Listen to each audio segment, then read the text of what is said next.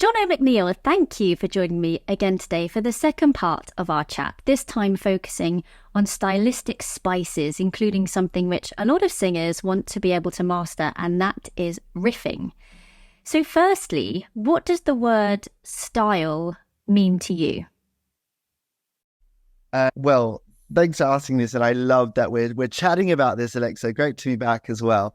I really love style, and I think it's one of those really neglected parts of a lot of vocal coaching. And style really is the things that give identity and energy and kind of a sense of flair to any vocal performance. It is in every vocal performance. Sometimes it might be well informed of the genre, it might be really poorly informed of the genre in some cases, but it really gives you a sound that is discernible and is distinguishable from others. And I think once you've kind of captured what is possible with style, you can really create very effective moments of engagement in your vocal performances. So yeah, as far as the kind of details of it, I think that can include ornamentation, which is probably, you probably use more in the classical world, ornamentation. We think of an ornament, you adorn a mantelpiece with an ornament. I have no mantelpieces in my home.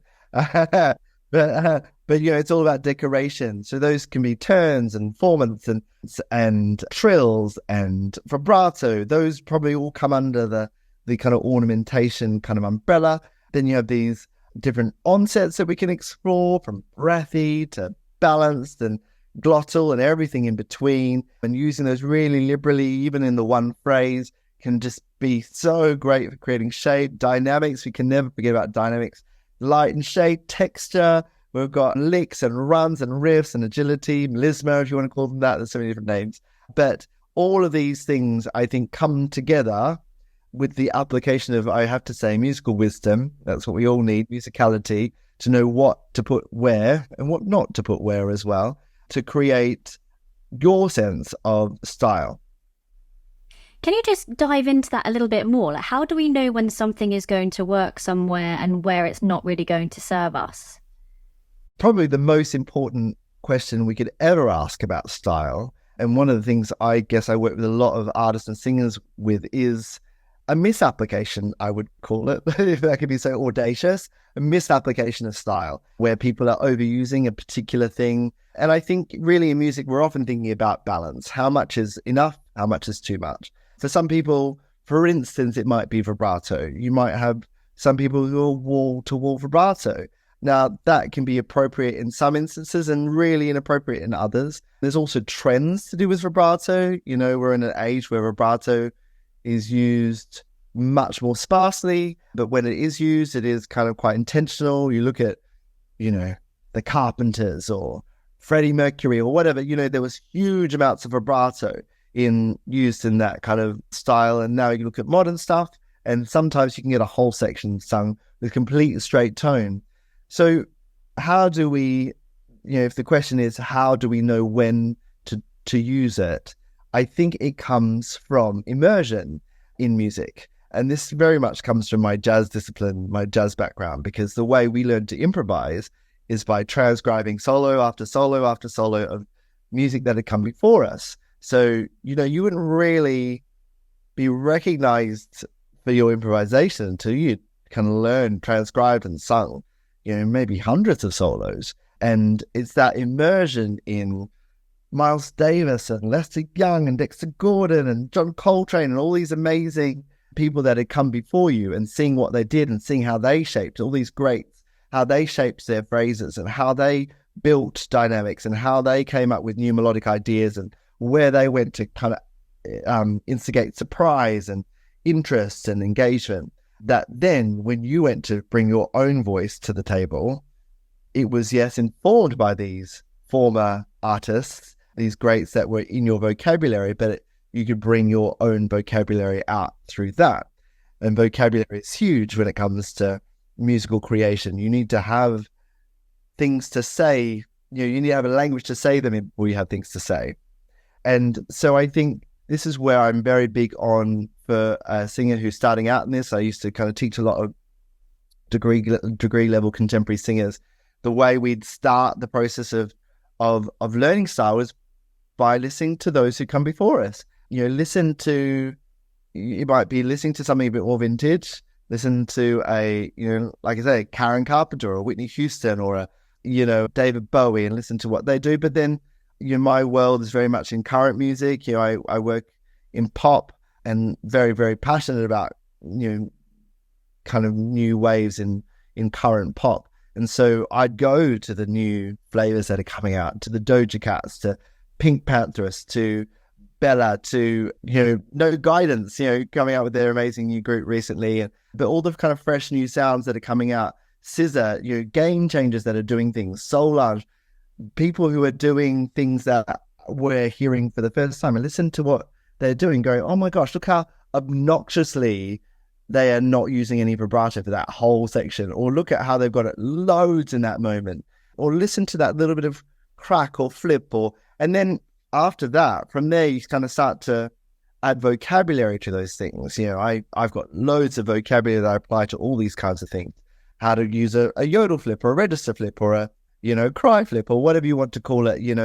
These are words, always going to be metaphors for something, but, we purpose them as we need to. But, these come from widely used vocal terminologies. So we can talk about that. We can talk about them as onsets. We can talk about them as offsets. We can talk about how we can apply, different types of tone, maybe things like creak or a little bit of, distortion or rasp in a tone, how to apply even emotion to that sound. If I say hi and if I say hi, those are two different emotions coming through those particular sounds, and my voice changes with the application of those emotions, and style can be kind of applied through that measure as well.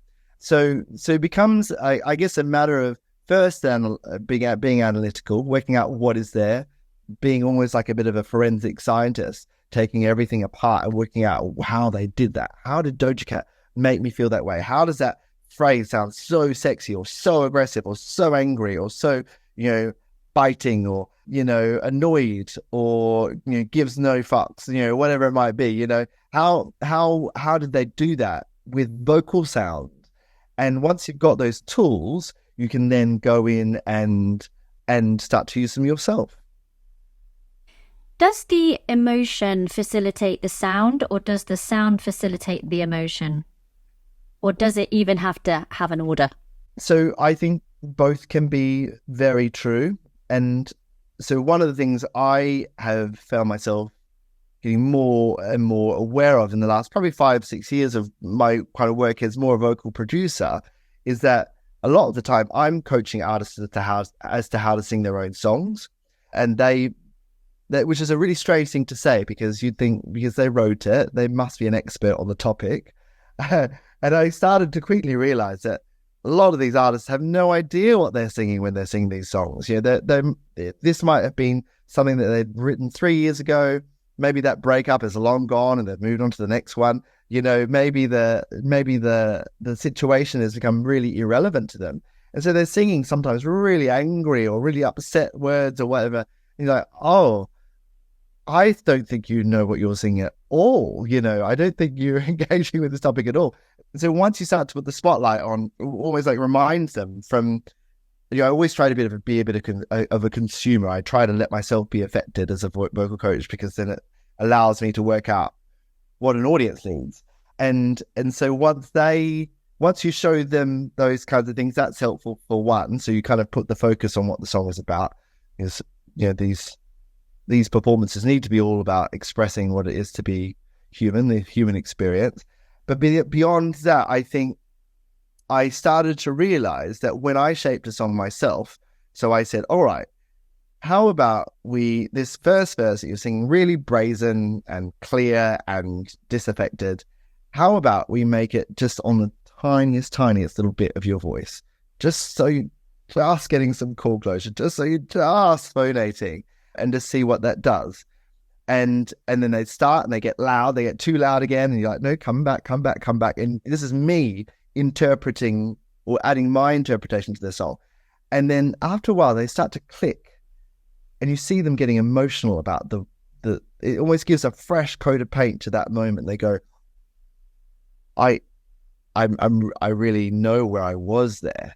Now I've been able to strip back my kind of pre-done vocal treatment there, my kind of prefabricated or, preset sound. And I've actually applied a treatment to that moment that is outside of what I would have just done.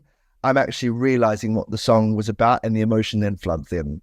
So I think it can be a bit of reverse engineering as well. And it's about the individual, but I think it just needs to be a priority, whichever way you do it. It needs to be important. And I think one of my strengths as a vocal coach is that I get bored really easily. So if I'm bored, I immediately question why. If someone's singing and I'm drifting away and I'm thinking about dinner, then they're not doing the job properly, and then we can then start to plug up those holes. And because I'm in music because I'm a feeler, I'm a sensitive person. I love to be arrested, have my soul arrested. I love to be engaged. I love to be kind of tortured and thrown about by that performance. I want to be there and invested, and I want to dance. I want to sing. I want to cry. I want to take to the streets. I want to be affected. And so that's what I want from the performances that I coach. And so this is where we then apply style liberally, and we kind of go, all right, how can we say that better?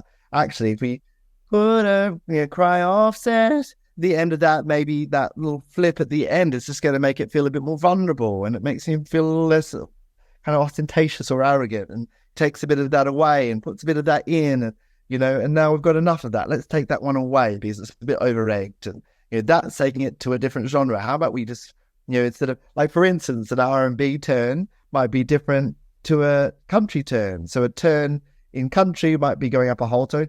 Oh, yeah. So you're going up a tone. And R&B might be a semitone. Yeah, yeah, up a semitone. So yeah, R&B, yeah, country. And you can hear the difference with the small changes like that. So it's just kind of working out what you want to do, even genre specific, and speaking that language as well. And using, in your own words, in your language and definition, what is a lick, riff, and a run? And are there differences between the three? Essentially, you could say yes and you could say no to the differences. I think, again, these are words we've tried to use just to capture something that happens. I end up being a little bit more detailed about how we use those, just to kind of classify them, especially for singers that do, I get a few singers that come only for that. They just want to get really match fit with that kind of stuff.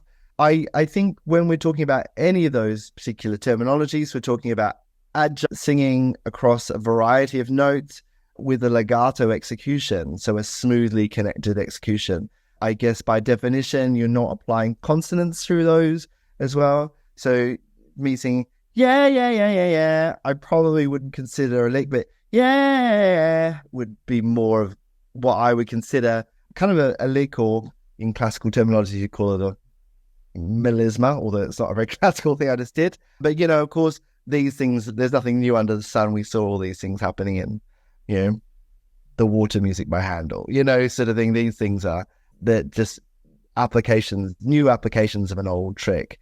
But yeah, I think where it does get exciting and so my terminologies, I probably call them runs, a run of notes, but it doesn't really matter what I could happily call them a riff.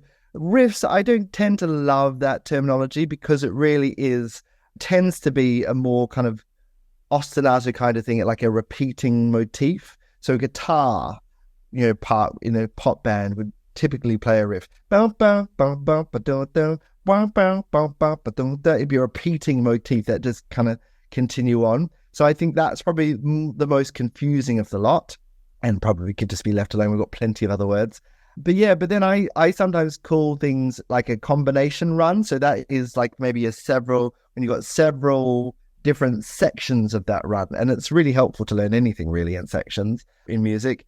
So if I sing, yeah, it could be one bit. And then I can sing, yeah, yeah, yeah. So yeah, and then third one, yeah. So just dividing that up. So I'd probably call that a combination. Yeah. And you got those kind of three chunks. You learn them separately and then sew them up together.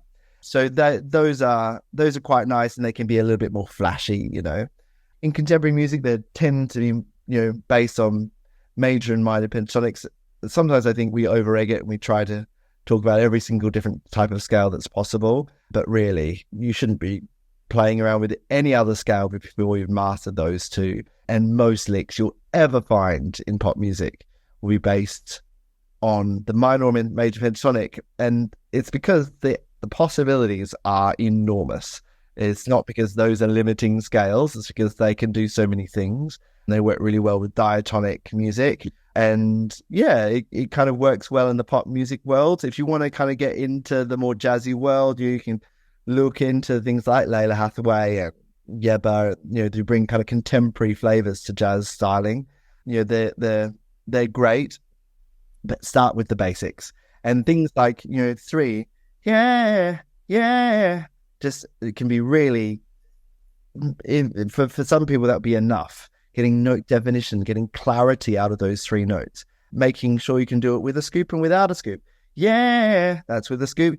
Yeah, and without a scoop. Those kinds of things. It's about getting airflow. And of course, all the technical principles really continue through as well. Lovely loose jaw, a loose tongue, airflow, not having any tightness or tension in the tummy or face, or looking at your posture or your dynamic kind of alignment, making sure that you're applying good chord adduction, all those kinds of things. If those things are working well, licks and runs and riffs are going to come much easier. And I think if you're battling with any of those other things, that come much more difficult. But then you've got the area of hypermobility and all that kind of stuff. I know some people who can do some things far faster than I could ever dream of. And it's just because they've got a predisposition as well. What would be your number one tip for helping a singer improve agility to be able to do some of these things outside of those technical elements you just mentioned there? First, you've got to analyze what's actually happening. So breaking them down, which is great for your oral perception, your oral skills. Working out what's happening in that lick, so counting out the notes. And Natalie Weiss is really great at applying numbers and directions and little kind of learning quips to those kinds of things, which is great. And she's kind of influenced a lot of the way we all teach licks now, I think. And I think she gives ways to people who maybe aren't as musically trained to really break them down. She calls them breaking down the riffs, doesn't she? So it gives you kind of access to analyzing them in a really easy way, a much simpler way.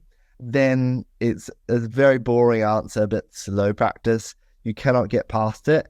And as we were often saying in music, master the basics. If you're getting that lick down to a slow tempo, make sure you got beautiful kind of balanced phonations to it. Make sure your intonation is absolutely perfect. Make sure you're kind of really aware of what you're hearing and feeling during that time as well. Are you adding a little bit more jaw tension? Are you losing your alignment? Are you kind of adding your tongue tension to that in some way? That awareness, that kind of somatic awareness is so crucial. And then take it up a little bit faster. And I would do all of that using a metronome. I know it's boring, but it has to be done. And that's where the discipline really gets kicked in. Get those licks on click, so you really make sure that you're developing a discipline and agility. And the body's amazing at muscle memory. And once all that kind of heavy lifting's been done with one lick, the next one is easier. You're going to attempt something more difficult, and before you know it, you're doing really ambitious stuff. But it's just not forgetting that you need to kind of start with some basics. Crawl before you walk before you run. That will get you there. Some patience is needed, and annoyingly, some people can do them much easier than others. Just that every body is different, so you got to appreciate that. But I'm all about the hair of the tortoise. I feel like this music industry is made up of more tortoises than they are of hares. I think it's lots of talented people fall asleep on the road, and it's those who are slow and steady and consistent that really end up kind of going far. Wonderful. Oh, Jono, I wish I had a whole year to chat with you. I really, really do. Oh, I'm enjoying the chat. Thank you for asking your amazing questions. Oh, no, thank you so much for joining me. Yeah, and it's been awesome. So thank you for last week talking to us about TV and TV vocal coaching, and for today chatting about style and ways for us to improve our agility. Jono McNeil, can you just tell us where we can follow you and get in touch when we want to? Yeah, of course. I love to hear from anyone. So my Instagram is probably my main social media forum, which is instagram.com/Jono McNeil. And then my website has lots of information, lots of resources on that. So I'd love to have you visit there, and also a contact form. And that is jonomcneiled.com, jonomcneiled.com. Amazing. Jono McNeil, everybody. Oh, thank you, Alexa. It's been such a pleasure.